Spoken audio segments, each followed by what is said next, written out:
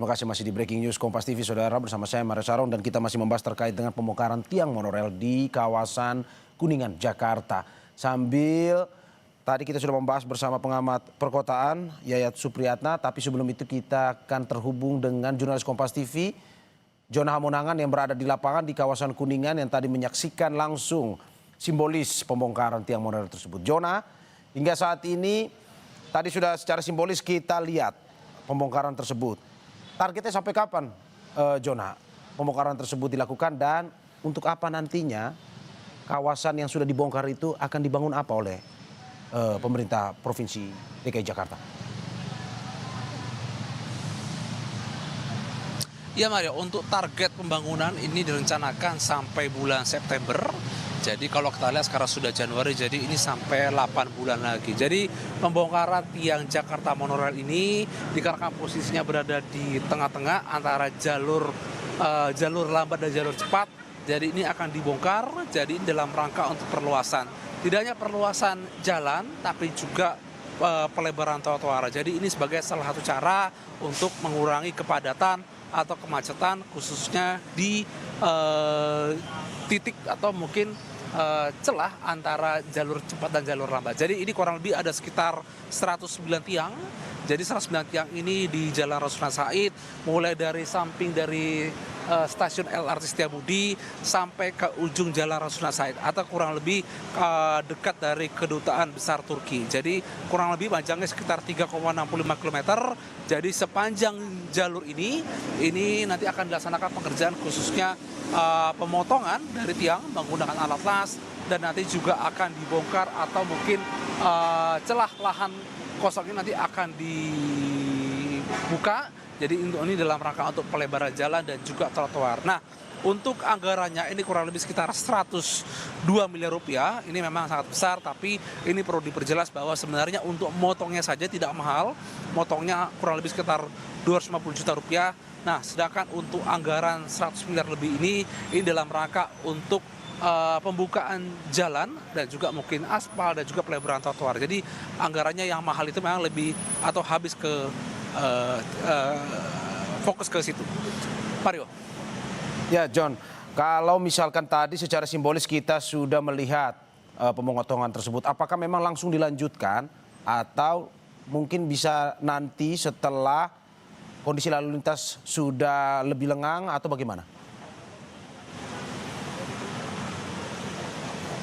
Ya Mario, untuk pemotongan ini tadi info dari Gubernur, pemotongan nanti akan dimulai pada pukul 11 malam sampai 5 pagi. Jadi pemotongan dilakukan malam hari untuk menghindari dari adanya kepadatan atau kemacetan jalan. Jadi untuk alat berat yang nanti dipakai ataupun nanti alat las nanti akan digerakkan nanti menjelang pukul 11 malam. Jadi ini dilakukan agar jangan sampai ketika jam berangkat kantor ataupun nanti ketika jam pulang atau jam sibuk nanti terputus atau terpotong jalannya dikarenakan memang ada alat berat. Jadi ini dimaksimalkan untuk traffic dulu, nanti ketika menjelang malam hari baru dilaksanakan pemotongan khususnya tiang monorail yang kurang lebih 109 tiang ini. Ya, terima kasih Jona Hamonangan, jurnalis Kompas TV atas laporannya. Selamat bertugas kembali. Dan saudara, kita kembali bersama pengamat perkotaan Universitas Trisakti Yayat Supriyatna untuk membahas lebih jauh terkait dengan pembongkaran tiang monorail tersebut. Pak Yayat, saya lanjutkan pertanyaan saya tadi. Kenapa pada akhirnya menurut Pak Yayat bahwa ini bagus, sebuah solusi yang terobosan yang bagus lah untuk mengatasi kemacetan di tahun 2004, 2005. Tapi pada akhirnya kenapa tidak dilanjutkan di masa pemerintahan berikutnya? Ini masalahnya menarik. Pertama satu, ada konflik hukum ketika masa transisi ke Bang Yos ke Pak Foke. Satu, ada persoalan ketika kebijakan ini karena tidak di backup oleh pusat pada waktu itu terkait pinjaman pembiayaan dari luar karena harus melalui pemerintah pusat dan otoritasnya juga pembangunan ini berbasis rel undang-undangnya waktu itu tanggung jawab pusat, maka ini berhenti. Dan ketika berhenti ada persoalan hukum, yaitu tuntutan dari kontraktor adikarya sebesar apakah 60 miliar atau lebih lah. Nah, ini menjadi sengketa antara Pemprov DKI dengan adikarya karena apa? Hasil kajian dan permintaan yang diminta oleh kontraktor pada waktu itu terlalu tinggi lah. Ya. Sementara apresial ini kan akan mempertanyakan apakah benar tuntutan itu plus kerugian lain-lain. Nah, sengketa ini kan panjang. Nah, ketika sengketa ini tidak terselesaikan, maka pada masa Bang Foke resmi menyatakan dihentikan. Tapi masalah hukumnya nggak selesai. Nah, kemarin mungkin sudah ada keputusan jalan keluarnya sehingga terjadi katakanlah kesepakatan antara Pemprov DKI dengan Adikarya untuk melakukan penataan ulang dari tiang-tiang monorail yang ada. Tadi memang diakui dulu ada aspek kebijakan pembiayaan, kedua ada persoalan sengketa hukum terkait masalah ganti rugi yang diminta oleh Adikarya. Ya. Oke, Pak Yayat, itu tadi kita bahas soal masa lalu, tapi ke depan terkait dengan apa yang bisa kita pelajari dari Bang Yos sebenarnya. Dalam arti tadi Anda sudah bilang soal kajiannya harus lebih fasih, lebih mantap, terus juga pembiayaannya. Tapi bagaimana dengan untuk mengatasi kemacetan di Jakarta? Perlukah monorail ataupun alat transportasi yang bisa nantinya menjadi terobosan agar Jakarta tidak menjadi kota yang deadlock tadi, seperti kata Anda? Ya.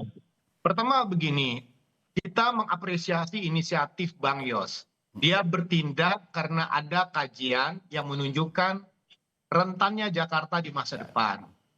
Jakarta gridlock. Dia mengambil terobosan, buatlah Transjakarta atau busway yang dulu kita bahasanya seperti itu. Kemudian yang kedua, kita juga mendengar tindak lanjutnya dalam bentuk kebijakan yang sudah disusun. Nah, sekarang yang menjadi pertanyaan, apakah pembangunan dari public transport ini akan mengatasi masalah kemacetan di Jakarta? Ada dua skenario yang harus dilakukan. Pertama, dengan pendekatan pool. Pool itu menarik ya, mendorong gitu ya. Apa itu?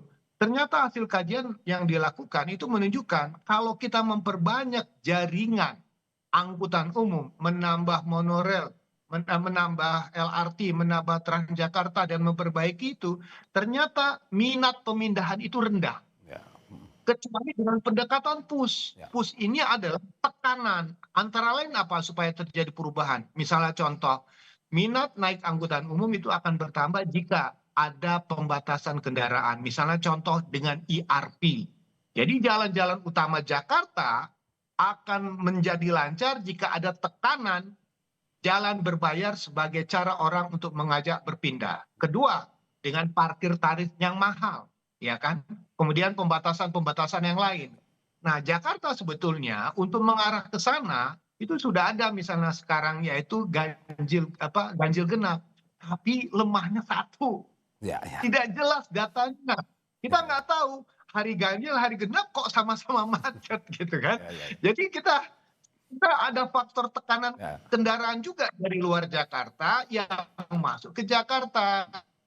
Jadi masalah sekarang bagaimana sinergi kebijakan di dalam Jakarta dan di luar Jakarta itu bisa disinergikan. Salah satu misalnya inisiatif Mas Pramono untuk membuka jaringan Transjakarta sampai Bekasi, Bogor, Alam Sutra, PIK dan sebagainya. Itu skenario. Oke, Pak Yayat, singkat saja terakhir, apa yang mesti difungsikan setelah pembongkaran monorail ini? Yang berada di lahan-lahan yang sudah dibongkar itu, apa yang perlu difungsikan? Pertama satu, harus bersabar selama 9 bulan sampai bulan September. Karena bukan membongkar, tapi menata median itu juga berimplikasi kepada kemacetan.